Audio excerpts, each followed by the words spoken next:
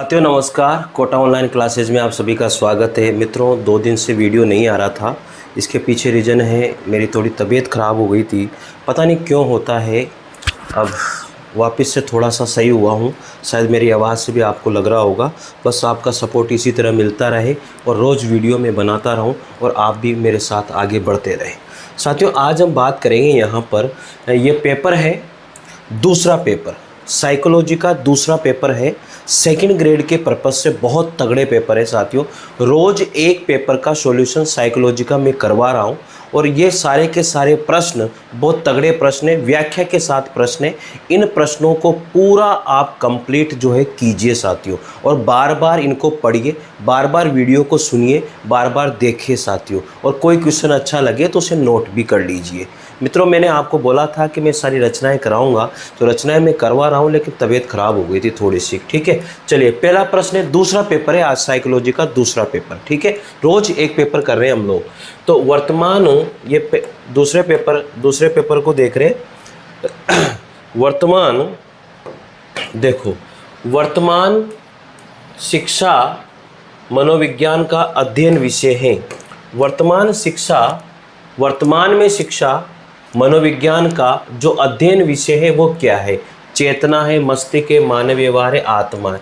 ये हर स्टूडेंट को पता है, इसमें कोई दिक्कत नहीं है कि वर्तमान में जो शिक्षा मनोविज्ञान है वो मानव व्यवहार का विज्ञान है, ऐसा माना जाता है। और बिल्कुल अच्छी बात भी है, मनोविज्ञान ने पहले आत्मा का त्याग किया था, फिर मन का त्याग किया, फिर चेतना का, और फिर वर्तमान में इसने व्यवहार के रूप में इसे अपनाया गया है। बहुत सिंपल सी बात है, सबको पता है। अगला प्रश्न आता है दूसरे नंबर का, शिक्षा मनोविज्ञान के प्रकृति वैज्ञानिक है क्योंकि। अब शिक्षा मनोविज्ञान के प्रकृति वैज्ञानिक है, क्यों वैज्ञानिक है? ये केवल विज्ञान का अध्ययन करता है, गलत बात है। शिक्षा मनोविज्ञान में केवल सूचनाओं के आधार पर सिद्धांतों का निर्माण किया जाता है। तो ये भी सिद्धांतों का निर्माण किया जाता है, ऐसा तो नहीं होता, और वो भी सूचनाओं के आधार पर ही किया जाए, ये भी बात सही नहीं है।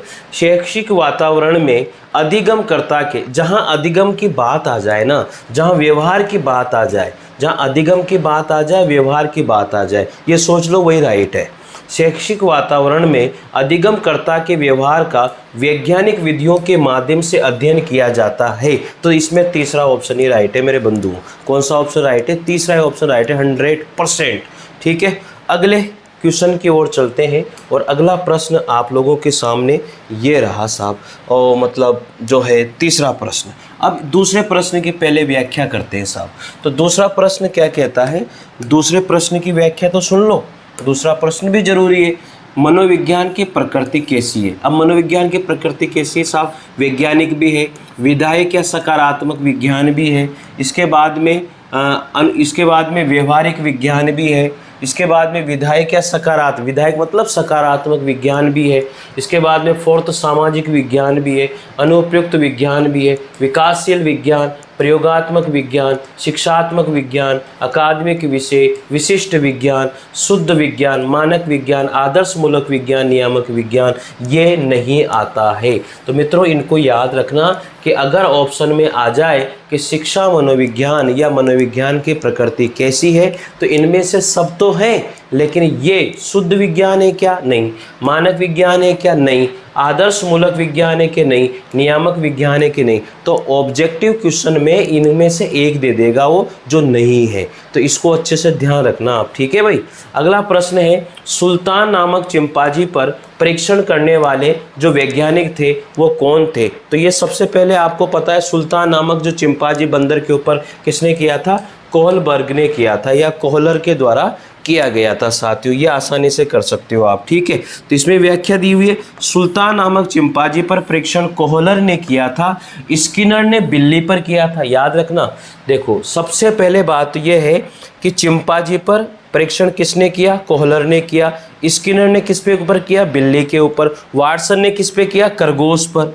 वाटसन ने किसने किया? खरगोश पर। और रॉबर्ट एस वुडवर्थ ने मनोविज्ञान में व्यवहार पर, चेतना, अनुभव, प्रशिक्षण और विविध क्षेत्रों पर अध्ययन पर महत्वपूर्ण योगदान दिया है। किसने? वुडवर्थ ने। वुडवर्थ ने साथियों व्यवहार, चेतना, अनुभव, प्रशिक्षण और विविध क्षेत्रों पर किया है, लेकिन चिंपांजी के ऊपर परीक्षण कोहलर ने किया और स्किनर ने किसके ऊपर किया था, बिल्ली के ऊपर, और वाटसन ने किसके ऊपर किया था, खरगोश के ऊपर किया था। तो ये 100% आपको याद रखना है, ठीक है, यहाँ तक कोई दो राय नहीं है। अगला 4th नंबर का प्रश्न आता है मेरे मित्रों। 4th नंबर का प्रश्न क्या कहता है, निम्नलिखित में से कौन सा कथन सत्य है। बहुत सिंपल सा कथन है और ये प्रश्न बहुत बार पूछा गया है, चाहे कैसे भी घुमा के पूछ सकता है, पर पूछता है इस प्रश्न को। 4th नंबर का प्रश्न है, घोड़े को तालाब तक ले जाया जा सकता है और उसको पानी पीने के लिए बाध्य किया जा सकता है। ये ऑप्शन तो सरासर गलत है, ठीक है, सत्य पूछ रहा है वो, इसलिए गलत है पहला। घोड़े को न तो तालाब तक ले जाया जा सकता है और न ही पानी पीने के लिए बाध्य किया जाता है, ये भी गलत है। घोड़े को तालाब पर ले जाकर उसको पानी पिलाने के लिए सब कुछ किया जा सकता है, गलत है। घोड़े को तालाब तक ले जाया जा सकता है लेकिन उसको पानी पीने के लिए बाध्य नहीं किया जा सकता, ये बिल्कुल 100% साइकोलॉजी फैक्ट है। 4th नंबर का ऑप्शन इसका क्या हो जाएगा, राइट हो जाएगा मेरे साथियों, ठीक है। आगे बात करते हैं 5 नंबर के क्वेश्चन की। अब इसमें व्याख्या देख लो 4th नंबर के क्वेश्चन की, बहुत तगड़ी व्याख्या दी है हुई भाई, ठीक है। अधिगम के नियम साहब, प्रतिपादक कौन थे, थॉर्नडाइक, जो अमेरिका के रहने वाले थे। अधिगम के सारे नियम किसने दिए, थॉर्नडाइक ने दिए, और अधिगम के नियमों के प्रतिपादक भी थॉर्नडाइक को माना जाता है, ठीक है। और कहाँ के रहने वाले थे, अमेरिका के रहने वाले थे, याद रख लेना, 100% आएगा। अधिगम के मुख्य नियम कितने माने गए हैं, पहली बात तो ये याद होनी चाहिए। अधिगम के जो मुख्य नियम हैं वो है, सबसे पहली बात तत्परता का नियम, अभ्यास का नियम, और प्रभाव या संतोष, परिणाम, प्रसन्नता व दुख या खींच का नियम। साथियों याद रखना, इतने सारे अधिगम के जो मुख्य नियम है वो 3 है। 8 नियम थे ना टोटल, उसमें से 5 गौण नियम है। तो मुख्य नियम कौन से, तत्परता का नियम, घोड़ी वाली बात यहाँ पर कर रहा है। तो तत्परता का नियम जो है, किसी कार्य को करने के लिए यदि शारीरिक और मानसिक रूप से तैयार हैं तो उसे करना सीख जाते हैं। वुडवर्थ ने इसने मानसिक तैयारी का नियम भी कहा था। तो ये घोड़े वाली जो बात है ना, वो किस नियम के अंतर्गत आएगी, तत्परता के नियम के अंतर्गत आएगी। तो ये पॉइंट याद रखना है कि घोड़े वाली जो बात है वो तत्परता के नियम के अंतर्गत आएगी, ठीक है। अभ्यास का नियम या श्रम का नियम दूसरा, प्रभाव, संतोष, परिणाम या फिर प्रसन्नता व दुख, खींच का नियम जो है वो तीसरा नियम है। तो इसको याद रखना। तो थॉर्नडाइक ने शिक्षा मनोविज्ञान 1913 में इनकी पुस्तक इन्होंने लिखी थी, में 3 मुख्य नियम थे और 5 गौण नियम थे। इस तरह से साथियों इन्होंने टोटल 8 नियम बताए हैं, याद हो जाएगा क्या। आगे बात करते हैं, 5वां क्वेश्चन आता है, और 5वां क्वेश्चन क्या कहता है मेरे साथियों, 5वां क्वेश्चन बहुत जरूरी है पढ़ना। देखो, एक शिक्षक होने के नाते आप सीखने के किस नियम को नहीं अपनाएंगे, एक शिक्षक होने के नाते आप सीखने के किस नियम को नहीं अपनाएंगे, आंशिक क्रिया का नियम, तत्परता का नियम, अभ्यास का नियम या प्रलोभन का नियम। साथियों आप प्रलोभन का नियम अपनाएंगे तो सही, लेकिन इतना नहीं। तो यहाँ पर आंशिक क्रिया का नियम बिल्कुल क्रिया करवाएंगे हम लोग, तत्परता का भी नियम और अभ्यास का नियम। यहाँ पर 4th नंबर का ऑप्शन राइट हो जाएगा। लगेगा ऐसा पेपर में आपको, अरे यार ये नहीं होगा, लेकिन प्रलोभन का नियम नहीं अपनाएंगे हम लोग इस क्वेश्चन के अनुसार। आगे बात करते हैं, एक शिक्षक होने के नाते आप सीखने के मुख्य नियम और गौण नियम के साथ उप नियमों का प्रयोग करेंगे, लेकिन प्रलोभन का नियम यानी कि सजा, दंड का नियम आदि का प्रयोग नहीं करेंगे। याद रखना, प्रलोभन वाली बात आ जाए उसको नहीं अपनाएंगे। दूसरी बात, नियम आ जाए, सजा आ जाए, दंड आ जाए, इसको हम नहीं अपनाएंगे। बात सुन लेना यहाँ तक। अगले ऑप्शन की ओर चलते हैं, अगले क्वेश्चन की ओर चलते हैं साथियों। 6ठे नंबर का क्वेश्चन है, समग्रता के सिद्धांत के प्रवर्तक। Very very important VIP question है, बहुत इंपॉर्टेंट है। ये क्वेश्चन आता है हर बार आता है और हर बार गलत होता है, लेकिन इस बार गलत नहीं होना चाहिए साथियों, ठीक है। तो 6ठे नंबर का प्रश्न है, समग्रता के नियम के जो प्रवर्तक है वो किसको माना जाता है, RM गेने, वर्दिमर और अन्य को, BS ब्लूम को या BF स्किनर को, किसको माना जाता है। समग्रता का नियम, संपूर्णता का नियम किसको माना जाता है, वर्दिमर या फिर अन्य को माना जाता है। इसको याद कर लेना ढंग से, ठीक है। समग्रता का नियम या संपूर्णता का नियम या पूर्णता का नियम, याद हो जाएगा क्या। कोई दिक्कत नहीं होनी चाहिए यार भाई, मैं देखो डांट देता हूँ तुम लोगों को, क्योंकि मेरा अधिकार है तुम्हें डांटने का, है ना। हाँ, बहुत सारे स्टूडेंट ने मतलब मेरे को इतना प्रोत्साहित कर दिया, इतना प्रोत्साहित कर दिया, इतना उत्साहित कर दिया। हजारों स्टूडेंट ने मेरे को जो है ना मेरे ऊपर विश्वास किया है और हजारों स्टूडेंट के मेरे पास मैसेज आए कि सर वाकई में आपने जो सेकंड ग्रेड की टेस्ट सीरीज है ना बहुत जानदार शानदार बनाई है। पहली बार पता लगा है मेरे को, पहली बार पता लगा। बहुत सारे स्टूडेंट ये कहते हैं कि सर पहली बार पता लगा है और मैं आपकी टेस्ट सीरीज ले रहा हूं, फेल है। जो बड़े बड़े नाम चलते हैं ना उनकी टेस्ट सीरीज फेल है सर। ऐसे मैसेज आए ना जब मुझे दिल खुश हो गया यार, बल्ले बल्ले हो गया दिल कि सर आपने बहुत मेहनत करी है टेस्ट सीरीज में, इतने सारे टॉपिक वाइज क्वेश्चन दिए आपने, मज़ा आ गया सर। तो इस तरह से साथियों जब इस तरह के मैसेज आते हैं बच्चों के कि सर सेकंड ग्रेड की टेस्ट सीरीज वाकई में आपने ज़बरदस्त दिए, हिंदी साहित्य के क्वेश्चन इतने तगड़े दिए, इतनी व्याख्या तगड़ी करी है आपने, मज़ा आ गया सर। एक एक क्वेश्चन 20-20 क्वेश्चन के बराबर है हिंदी टेस्ट सेकंड ग्रेड की टेस्ट सीरीज में। परिणाम 1 के नाम, परिणाम के नाम से, और एक टेस्ट सीरीज परिणाम 2 के नाम से जो कल स्टार्ट होगी, उसमें सारे क्वेश्चन सारे पेपर 150 क्वेश्चन के होंगे, फुल सिलेबस के अकॉर्डिंग होगी, जो कल ही स्टार्ट हो रही है साथियों। और कल से ही आप टेस्ट देना शुरू कर देना, रात को 9 बजे वो टेस्ट सीरीज का पहला पेपर आएगा, ठीक है। तो चलिए छठे नंबर का क्वेश्चन है समग्रता के सिद्धांत, वर्दीमर और अन्य की बात यहाँ करेंगे साथियों। तो याद रखना अंतर्दृष्टि का सिद्धांत, इसके जो प्रतिपादक है, अंतर्दृष्टि के सिद्धांत के प्रतिपादक साथियों कोहलर है। 1917 में इन्होंने किया था, जर्मनी के रहने वाले थे और इनकी पुस्तक थी मेंटेलिटी ऑफ एपेस 1925, ठीक है। इसको जो अंतर्दृष्टि का जो सिद्धांत है ना, इसको बहुत सारे नामों से जाना जाता है। किस किस नाम से जाना जाता है साथियों? अन्य नाम है, सूझ का सिद्धांत भी इसको कहते हैं, समग्रता का सिद्धांत भी इसको कहते हैं, गेस्टाल्टवादी सिद्धांत भी इसको कहते हैं। तो याद रखना गेस्टाल्टवादी सिद्धांत के प्रवर्तक कौन है? कोहलर है, याद हो जाएगा, ठीक है। तो इसके अंतर्दृष्टि सिद्धांत के प्रवर्तक या प्रतिपादक कोहलर को माना जाता है, लेकिन समग्रता के सिद्धांत की या प्रवर्तक किसको माना जाता है? यहां तो दिया नहीं है कोहलर, तो वर्दीमर और अन्य कोई मानेंगे ना। क्वेश्चन के अकॉर्डिंग भी देख लेना भाई, क्वेश्चन तो होना ही चाहिए ध्यान में, ठीक है। ध्यान रखना यार, मस्त होके जोश के साथ पढ़ाई करो बस, और कोई समस्या नहीं है। तो सहयोगी जो रहे थे कोहप्पा जो जर्मनी का था, कोपका, और मैक्स वर्दीमर और कुर्ट लेविन। अन्य जो बात करी ना वो कुर्ट लेविन के करिए साथियों, ठीक है। तो अंतर्दृष्टि का सिद्धांत किसका है, किस प्रतिपादक कौन है? कोहलर है। अब इसके सहयोगी कौन कौन रहे हैं? कोपका जो जर्मनी के हैं, और वर्दीमर, मैक्स वर्दीमर या कुर्ट लेविन इसके सहयोगी रहे हैं, ठीक है। और अंतर्दृष्टि के सिद्धांत का जो अन्य नाम है सूझ का सिद्धांत, समग्रता का सिद्धांत, गेस्टाल्टवादी सिद्धांत, ये सारे के सारे नाम इसके दिए गए हैं। क्वेश्चन नंबर 7 आता है, बालक अपने व्यवहार की सामाजिक स्वीकृति जिस अवस्था में चाहता है वो कौन सी अवस्था होती है? यार किशोर अवस्था होती है भाई। किशोर अवस्था में हर बालक ये चाहता है, हर बालक चाहता है कि जो मैं कहूं उसको हर व्यक्ति माने। किशोर अवस्था में पढ़ने जाने वाला हर व्यक्ति किशोर अवस्था में इस तरह की स्वीकृति चाहता है सबसे, जिसको एडोलसेंस कहा जाता है, ठीक है। आगे बात करते हैं, अगले प्रश्न की ओर बढ़ते हैं मेरे मित्रों। अगला प्रश्न है, पहले 7वें क्वेश्चन की बात व्याख्या कर लेते हैं। बालक अपने व्यवहार की सामाजिक स्वीकृति किशोर अवस्था में चाहता है, क्योंकि किशोर अवस्था में उसके सामने समायोजन की समस्या सबसे बड़ी होती है।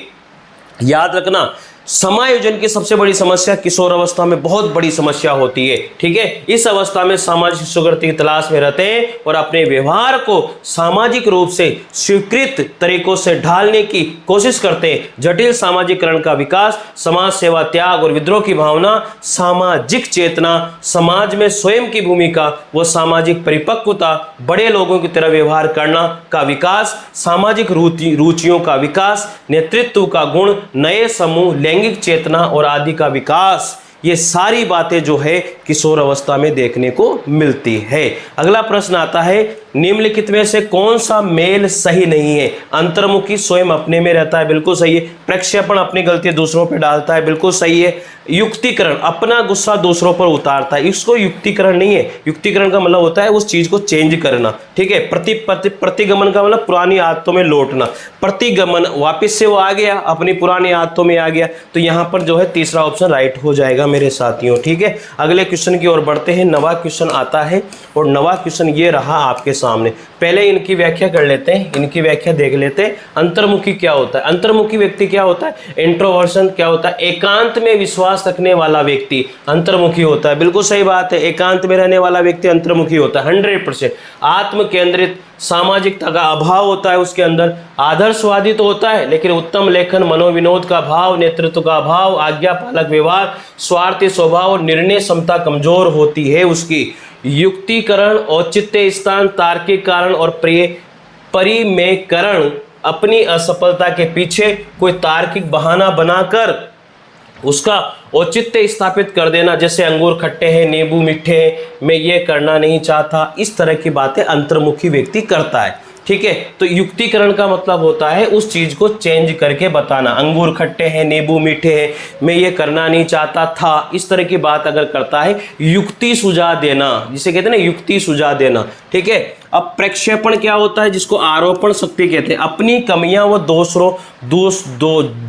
क्या बोलते हैं यार उसको, दोष दूसरे पर डाल देना, जैसे अपनी असफलता का दोष अध्यापक पर डाल देना। नाच न जाने आंगन टेढ़ा वाली बात प्रक्षेपण या आरोपण शक्ति कही जाती है। प्रतिगमन या प्रत्यावर्तन क्या होता है? शाब्दिक अर्थ है पीछे की ओर लौटना। प्रतिगमन या प्रत्यावर्तन क्या होता है? पीछे की ओर लौटना, वापस रिटर्न। कहने का मतलब है बूढ़े हो गए तो जवान की ओर सोचने वाली बात हो जाती है। इस युक्ति में व्यक्ति बालक छोटे बालक के समान व्यवहार करता था तथा समायोजन स्थापित करता है। यह दो प्रकार का होता है, अहम प्रतिगमन या फिर यौन प्रतिगमन, दो प्रकार का होता है, याद रखना है इसको। ठीक है, आगे नवा प्रश्न है, एकांत में विश्वास रखने वाला व्यक्ति क्या कहलाता है? सबको पता है अंतर्मुखी कहलाता है 100%, इसमें पहला ऑप्शन राइट हो जाएगा। एकांत में विश्वास रखने वाला व्यक्ति अंतर्मुखी होता है, आत्म केंद्रित होता है, सामाजिकता का अभाव होता है, आदर्शवादी होता है, उत्तम लेखन वाला होता है और मनोविनोद का भाव होता है, नेतृत्व का अभाव होता है, आज्ञा पालक व्यवहार रखता है, स्वार्थी स्वभाव होता है, निर्णय क्षमता कमजोर होती है। यह अंतर्मुखी बालक की सारी व्यवस्थाएं मैंने आपको यहाँ पर बता दी है भाई साहब, इसको ध्यान रख लेना मेरे भाई, क्योंकि मामला यहीं पर सेट होता है। अगला प्रश्न आता है टीए परीक्षण। टीए परीक्षण जो है ना, ये पूछता है कार्ड की संख्या कितनी होती है। तो टीए परीक्षण में जो कार्ड की संख्या होती है वो 30 होती है, याद रख लेना। यहाँ पर पूरा दिया हुआ है कैसे कैसे होती है। इसका उपनाम क्या है? कथानक बोध परीक्षण या विषय आत्मबोध परीक्षण।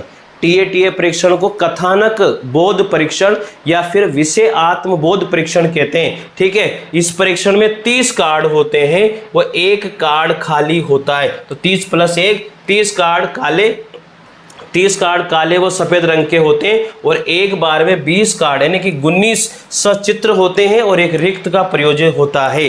10 पुरुष के होते हैं, 10 महिला के होते हैं और 10 दोनों के होते हैं। एक खाली कार्ड एक बार में 19 + 1 कार्ड का प्रयोग किया जाता है, अर्थात एक खाली कार्ड + 19 सचित्र होते हैं। ठीक है, इसके बाद में बुद्धि के समूह कारक, तत्व सिद्धांत के जो प्रणेता है, प्रवर्तक है, बुद्धि के समूह कारक। साथियों ये हजारों बार आ गया, हजारों बार ये क्वेश्चन।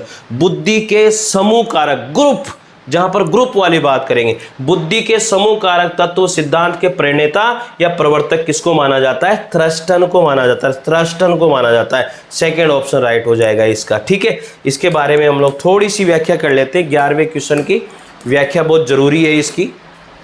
चलो 11वें क्वेश्चन की व्याख्या करो भाई। समूह कारक सिद्धांत, जिसको ग्रुप फैक्टर थ्योरी कहते हैं। समूह कारक सिद्धांत को क्या कहते हैं? ग्रुप फैक्टर थ्योरी कहा जाता है। इसके प्रतिपादक थर्स्टन है। 1938 में इन्होंने एक पुस्तक लिखी थी, प्राथमिक मानसिक योग्यताएं, और थर्स्टन ने जो है इसका प्रयोग किया था। ठीक है, अब जी कारक को अस्वीकार किया गया है इसमें, जिसमें 13 समूह होते हैं, 7 प्रधान होते हैं, V + W + S + N। तो इसको ध्यान रखना। अब ये जो है ना हार्ड क्वेश्चन बनाने के लिए ये सब दे सकता है हो, तो V, W, S, N, R, M, P माने जाते हैं। ये सारे के सारे प्रधान समूह शाब्दिक है।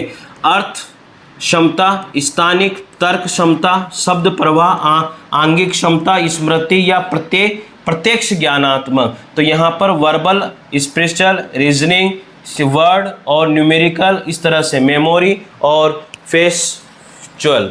तो ये ध्यान रखना साथियों, अर्थ क्षमता, शब्द प्रवाह, स्थानिक, आंगिक क्षमता, तर्क क्षमता, स्मृति और प्रत्यक्ष ज्ञानात्मक। ये सारे के सारे जो है थर्स्टन के द्वारा ग्रुप फैक्टर में दिए गए हैं। ग्रुप फैक्टर थ्योरी के अंतर्गत ये सारे के सारे जो है उसने बताए हैं। इसमें जी कारक को अस्वीकार किया गया है, याद कर लेना। 13 समूह में 7 प्रधान समूह यहाँ पर बताए गए। आगे देखो, सृजनशील बालकों का विशेष लक्षण है। अब सृजनशील बालक विशेष लक्षण क्या होता है? गति, समायोजन के प्रति जागरूक नहीं होते हैं क्या? ऐसा है थोड़ी है, समायोजन के प्रति तो जागरूक होते हैं भाई। तो यहाँ पर होगा प्रबल जिज्ञासा। जो सृजनशील बालक होते हैं उनमें बहुत बड़ी जिज्ञासा होती है, अच्छा काम करना, आगे से आगे काम करना, बहुत खोज करना। तो इस तरह की प्रबल जिज्ञासा सृजनशील बालक में देखने को मिलती है साथियों। ठीक है, यहाँ तक कोई समस्या नहीं है। अब सृजनात्मक जो बालक की प्रवृत्ति होती है उसके बारे में बहुत अच्छी व्याख्या की गई है। देखो, सृजनात्मकता की प्रकृति और विशेषताएं क्या क्या होती है। सृजनात्मकता जन्मजात और अर्जित दोनों है। सृजनात्मकता, पहली बात तो ये याद रखो, सृजनात्मकता जन्मजात और अर्जित दोनों होती है। ये 100% याद होना चाहिए आपको। ठीक है, प्रबल जिज्ञासा सृजनात्मक सार्वभौमिक है। ये बहुत तगड़ी बात है भैया, सृजनात्मकता सार्वभौमिक है, इसको याद रखना। सृजनात्मकता लक्ष्य निर्देशित प्रक्रिया है। सृजनात्मकता प्रक्रिया यानी कि सोचना शुरू या परिणाम या सोची गई क्रिया बन जाना दोनों ही है। सृजनात्मकता का प्रारंभ बाल्यावस्था यानी कि 6 वर्ष से प्रारंभ और 30 वर्ष की आयु उच्चतम सीमा पर पहुंच जाता है। सृजनात्मकता का संबंध पार्श्व चिंतन, बहुविधि चिंतन, आउट ऑफ बॉक्स चिंतन, अपसारी विस्तृत रूप से सोचना, ठीक है, चिंतन केंद्र विमुख चिंतन से है। सृजनात्मकता एवं बुद्धि में सकारात्मक संबंध पाया जाता है, अर्थात सृजनात्मकता के लिए औसत से अधिक बुद्धि का होना आवश्यक है, यानी कि IQ लेवल 110 से अधिक होना बहुत जरूरी है। तो साथियों, ये सृजनात्मकता के लिए पूरा का पूरा बहुत तगड़ी बात मैंने आपको बता दी। तो इसे याद रख लेना, ढंग से पढ़ लेना। लाइक तो ठोक देना यार, ठीक है, लाइक वाइक कर दिया करो, शेयर कर दिया करो वीडियो को, और तो क्या है मांगते हैं आप लोगों से भाई। ठीक है भाई, आगे 13 नंबर का, प्रेरक प्रणाली में विद्यमान शारीरिक एवं मनोवैज्ञानिक दशाएं हैं जो उसे निश्चित विधियों के अनुसार कार्य करने के लिए उत्तेजित करती हैं। प्रेरक की इस परिभाषा को देने वाले कौन थे? तो ये याद रखना भाई, ये क्वेश्चन भी बहुत इंपॉर्टेंट क्वेश्चन है। वैसे सारे के सारे प्रश्न आए हुए हैं तो इसमें तो कोई शक है ही नहीं। तो याद करना, प्रेरक प्रणाली में विद्यमान शारीरिक एवं मनोवैज्ञानिक दशाएं हैं जो उसे निश्चित विधियों के अनुसार कार्य करने के लिए उत्तेजित करती हैं। इस प्रेरक की परिभाषा को किसने दिया? गेस्ट व एवं अन्य के द्वारा दिया गया था। तो इन्होंने क्या कहा? प्रेरक प्रणाली में विद्यमान शारीरिक एवं मनोवैज्ञानिक दशाएं हैं जो उसे निश्चित विधियों के अनुसार कार्य करने के लिए प्रेरित करती है। बहुत अच्छा प्रश्न है। ठीक है, अगला प्रश्न आता है, मूल प्रवृत्ति का सिद्धांत किसके द्वारा दिया गया था? तो भैया ये तो सबको पता है, मैकडूगल के द्वारा दिया गया था। मूल, जहां म से मैकडूगल, बस और कुछ भी नहीं। ठीक है ना, इसमें कोई दो राय नहीं है। तो मूल प्रवृत्ति का जो सिद्धांत है वो किसके द्वारा दिया गया था भैया? मैकडूगल के द्वारा दिया गया था, याद रख लेना। मैकडूगल ने कितनी प्रवृत्तियां मानी है ये भी आपको पता होना चाहिए। 14 मूल प्रवृत्तियां मानी गई है और 14 ही उनके संवेग माने हैं। ठीक है, तो किसने दिया था? ये मैकडूगल के द्वारा दिया गया था। मूल प्रवृत्ति का सिद्धांत, इसके प्रतिपादक विलियम मैकडूगल ने 1908 में किया था। इंग्लैंड के रहने वाले थे और इनका उपनाम था हार्मिक सिद्धांत या वृत्तात्मक सिद्धांत। जो मूल प्रवृत्ति सिद्धांत है ना, उसके उपनाम है हार्मिक सिद्धांत या वृत्तात्मक सिद्धांत, याद रखना। और मूल प्रवृत्ति सिद्धांत दिया था मैकडूगल ने। 14 मूल प्रवृत्तियां बताई मैकडूगल ने, 14 ही संवेग बताए। ठीक है, याद कर लेना आगे। इनके पुस्तक का नाम क्या था? सामाजिक मनोविज्ञान एक परिचय, सोशल साइकोलॉजी एंड इंट्रोडक्शन। ठीक है, विलियम मैकडूगल मूल प्रवृत्तियां मानव व्यवहार के अद्भुत चालक हैं। मूल प्रवृत्तियां मानव व्यवहार के अद्भुत चालक हैं, ये किसने कहा? विलियम मैकडूगल के द्वारा कहा गया है। संवेगों को मूल प्रवृत्तियों का हृदय माना जाता है। संवेगों को क्या माना जाता है? मूल प्रवृत्तियों का हृदय कहा जाता है। 14 मूल प्रवृत्तियां हैं तो 14 ही संवेग बताए हैं, याद हो जाएगा। आगे, अभिप्रेरणा पर किस कारक का प्रभाव नहीं पड़ता है? आवश्यकता का, भौतिक संरचना का, वातावरण का या जन्मजात का? ठीक है, आवश्यकता का पड़ता है, बिल्कुल सही बात है। वातावरण का भी पड़ता है, जन्मजात का भी पड़ता है, लेकिन भौतिक संरचना का अभिप्रेरणा पर कोई प्रभाव नहीं पड़ता है मोटिवेशन के ऊपर, क्योंकि आवश्यकता अगर आवश्यकता होगी तो मोटिवेट अपने आप होंगे, वातावरण अच्छा होगा तो मोटिवेट अपने आप होंगे। तो इन चीज़ों का प्रभाव बहुत पड़ता है भाई, ठीक है ना। आगे 16 नंबर का प्रश्न है, व्यक्तिगत विभिन्नताओं को ध्यान में रखते हुए विद्यार्थियों के शिक्षण के लिए परियोजना पद्धति के निर्माता कौन है? तो परियोजना विधि के प्रवर्तक किलपेट्री को माना जाता है। याद रखना भाई, परियोजना विधि के प्रवर्तक किसको माना जाता है? किलपेट्री को माना जाता है। 100% कोई दो राय इसके अंदर नहीं है, ठीक है। परियोजना की बात जहां भी आ जाएगी किलपेट्री की बात करेंगे। परियोजना विधि कह दो या फिर प्रोजेक्ट विधि कह दो या योजना विधि कह दो, ठीक है, एक ही बात है वो, ठीक है, याद हो जाएगा। परियोजना, प्रोजेक्ट और योजना, यानी कि प्रोजेक्ट मेथड, इसके प्रतिपादक जॉन डीवी, इसके शिष्य जॉन डीवी के शिष्य किलपेट्रिक थे, ठीक है, याद हो जाएगा। किलपेट्रिक के अनुसार बड़ी बात कही गई है, परियोजना वह क्रिया है जिससे पूर्व संलग्नता के साथ सामाजिक वातावरण में लक्ष्य प्राप्त किया जाता है। इन्होंने क्या कहा कि परियोजना वह क्रिया है जिससे पूर्व संलग्नता के साथ सामाजिक वातावरण में लक्ष्य प्राप्त किया जाता है। पहले परियोजना यानी कि योजना बनाई जाती है, यानी कि किसी लक्ष्य को प्राप्त करने से पहले इस कार्य को किया जाता है। यहाँ पर फिर ये जॉन डीवी की परियोजनावाद दार्शनिक विचारधारा से उत्पन्न होती है। आगे बात करते हैं, अंधे बालकों को शिक्षण देने की जो पद्धति है वो ब्रेल लिपि है। ये तो सभी को आता है, इसमें तो कोई दो राय वाली बात नहीं है मित्रों। आगे बढ़े, फिर देखो, यानी कि चक्षु विकलांग, जिसको आई हैंडीकैप्ड कहा जाता है, जो देख नहीं पाते हैं, चक्षु विकलांग कहलाते हैं। ब्रेल विधि, जिसको लई ब्रेल ने खोजा था, मोटे अक्षरों की किताबें, छपे हुए उभरे हुए मानचित्र सामग्री, अबेकस और ऑडियो सामग्री, बोलता हुआ कैलकुलेटर, टेलर फ्रेम और ऑप्टाफोन, कंपन, कुर्जुअल, रीडिंग मशीन, स्पीच पल्स आदि का प्रयोग इसमें किया जाता है। अगला है यहाँ पर 18 नंबर का प्रश्न आता है, बाल अपराध का सबसे भयंकर कारण क्या है? तो सबसे भयंकर कारण है माता पिता में अनबन या कलह रहना। यह सबसे भयंकर कारण है इन चार ऑप्शन के अनुसार अगर देखा जाए तो, ठीक है। यहाँ तक तो कोई समस्या आपको मेरे हिसाब से होनी नहीं चाहिए। आगे बढ़ते हैं, अब इसकी व्याख्या देखो। बाल अपराध के कारण क्या है? वंशानुक्रम, यानी कि XYY गुणसूत्र की वजह से होता है। वैलेंटाइन ने कहा, जुंक्स कॉलिक ने माना है। शारीरिक दोष या रोग संरचना हो सकती है। मनोवैज्ञानिक कारण क्या क्या बताए? निम्न बुद्धि लब्धि होना, संवेगात्मक असंतुलन होना, अवरुद्ध इच्छा, अधूरी इच्छा होना। ग्लुक ने बाल अपराधियों के लिए 95% जिम्मेदार कुसंगति को माना है। किसने? ग्लुक ने, ठीक है, ग्लुक ने। फिर अगला है पारिवारिक कारण भी हो सकता है, सामाजिक कारण भी हो सकता है और विद्यालय संबंधी कारण भी हो सकते हैं, यहाँ कोई दो राय नहीं है। अब 19 नंबर का प्रश्न आ जाता है मेरे बच्चों। 19 नंबर का प्रश्न क्या कहता है?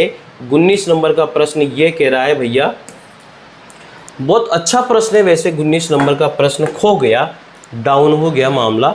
देखो 19 नंबर का प्रश्न है, 19 नंबर का प्रश्न ये कहता है, आत्म प्रत्यय से तात्पर्य व्यक्ति के अपने व्यवहार, योग्यताओं, विशेषताओं का मूल्य आंकलन और अभिवृत्तियों की समग्रता से है। आत्म प्रत्यय की ये परिभाषा देने वाले कौन थे? एनसाइक्लोपीडिया ऑफ साइकोलॉजी, इसमें दी गई थी ये परिभाषा। याद रख लेना, सीधा और आया हुआ प्रश्न है, बहुत बार आता है। इंसाइक्लोपीडिया वो साइकोलॉजी क्या है? आत्म प्रत्यय से तात्पर्य व्यक्ति के अपने व्यवहार, योग्यताओं और विशेषताओं का मूल्य आंकलन, अभिवृत्तियों की समग्रता को बताया गया है। हो जाएगा याद। आगे बढ़ते। 20वां प्रश्न है, आदतों के संबंध में निम्न में से कौन सा कथन सही नहीं है? आदतों के संबंध में क्या कहता है ये? आदतों के संबंध में निम्न में से कौन सा कथन सही नहीं है? अब सही कौन सा कथन नहीं है? आदतें जन्मजात होती है क्या? आदतें जन्मजात होती है क्या? बिल्कुल सही बात है यार, आदतें जन्मजात भी होती है।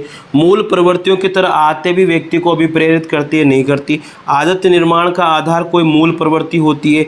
व्यक्ति में यदि किसी बुरी आदत का निर्माण हो जाता है तो वह बुरी आदत आसानी से, सरलता से छूट जाती है, ऐसा भी होता है। तो इसमें पहला और चौथा ऑप्शन दोनों ही इसके राइट हो जाएंगे मित्रों। तो ये साथियों, ये 20 क्वेश्चन थे और ये 20 क्वेश्चन आप लोगों के लिए एक 70 क्वेश्चन या 50 क्वेश्चनों के बराबर हैं। तो इसमें कोई दो राय नहीं है, आप आसानी से इन प्रश्नों को पढ़िए। अब आदतें वाली बात यहाँ पर दी गई है, आदतें सदैव अर्जित होती हैं। आदतें सदैव अर्जित होती हैं, अधिगम के आधार पर अर्जित की जाती हैं। आदतें व्यक्तित्व और चरित्र निर्माण से उपयोग होती हैं। आदतें संतुलित विकास में उपयोगी हैं। आदतें किसी कार्य को भूलने नहीं देती। आदतों में एकात्मकता या एक रूपता पाई जाती है। आदतें उपयोगी और अनुपयोगी दोनों हो सकती हैं। आदतें किसी कार्य के प्रति घृणा उत्पन्न नहीं होने देती। आदतें किसी कार्य के लिए तत्परता पैदा करती है। आदतें किसी कार्य में सरलता पैदा करती है। इस तरह से साथियों ये सारी बातें जो है ना आदतों के ऊपर ही रखी गई है और आदतें ऐसी हो सकती है, इसलिए घबराने की कोई बात नहीं है। तो मित्रों आदतें वाली सारी बातें आप एक बार फिर पढ़ लेना, कोई दो राय नहीं है इसके अंदर, अच्छे से देख लेना। तो इस तरह से ये सारे के सारे 20 प्रश्न जो है साथियों आए हुए प्रश्न है। मज़ा आ गया प्रश्नों को पढ़ करके, और आप लोग भी इनको बार बार देखिए साथियों, बार बार पढ़िए, और बार बार पढ़ोगे बार बार सुनोगे तो याद हो जाएंगे। और ये प्रश्न ही रिपीट होते हैं। अरे इतने प्रश्न, इतने साइकोलॉजी के प्रश्न बन गए, कहाँ जाएंगे भाई, कहाँ जाएंगे। तो निश्चित रूप से शायद आपको अच्छा लगा होगा, और साथियों अच्छा लगे तो कमेंट जरूर करना, लाइक और शेयर जरूर कर देना, और टेस्ट सीरीज 2nd ग्रेड की हिंदी की टेस्ट सीरीज जरूर ज्वाइन कर लेना। मैं फिर कह रहा हूँ, आपने चाहे किसी भी कोचिंग की टेस्ट सीरीज ज्वाइन करी हो, लेकिन इसको जरूर ज्वाइन करना। आपको 5 से 10 नंबर का फ़ायदा नहीं हो जाए, मेरी गारंटी है। बस मेरा विश्वास कर लो, 200-250 रुपये कोई ज़्यादा मायने नहीं रखते, अगर 5 से 10 नंबर भी अगर एक्स्ट्रा मिल गए तो साथियों निश्चित रूप से आपको बहुत फ़ायदा होगा। चलिए साथियों, अब अगले पेपर को हम लोग अगले दिन करते हैं। धन्यवाद आप सभी का, thank you thank you thank you. ठीक है, और रचनाओं की क्लास अब रोज़ आएगी। धन्यवाद।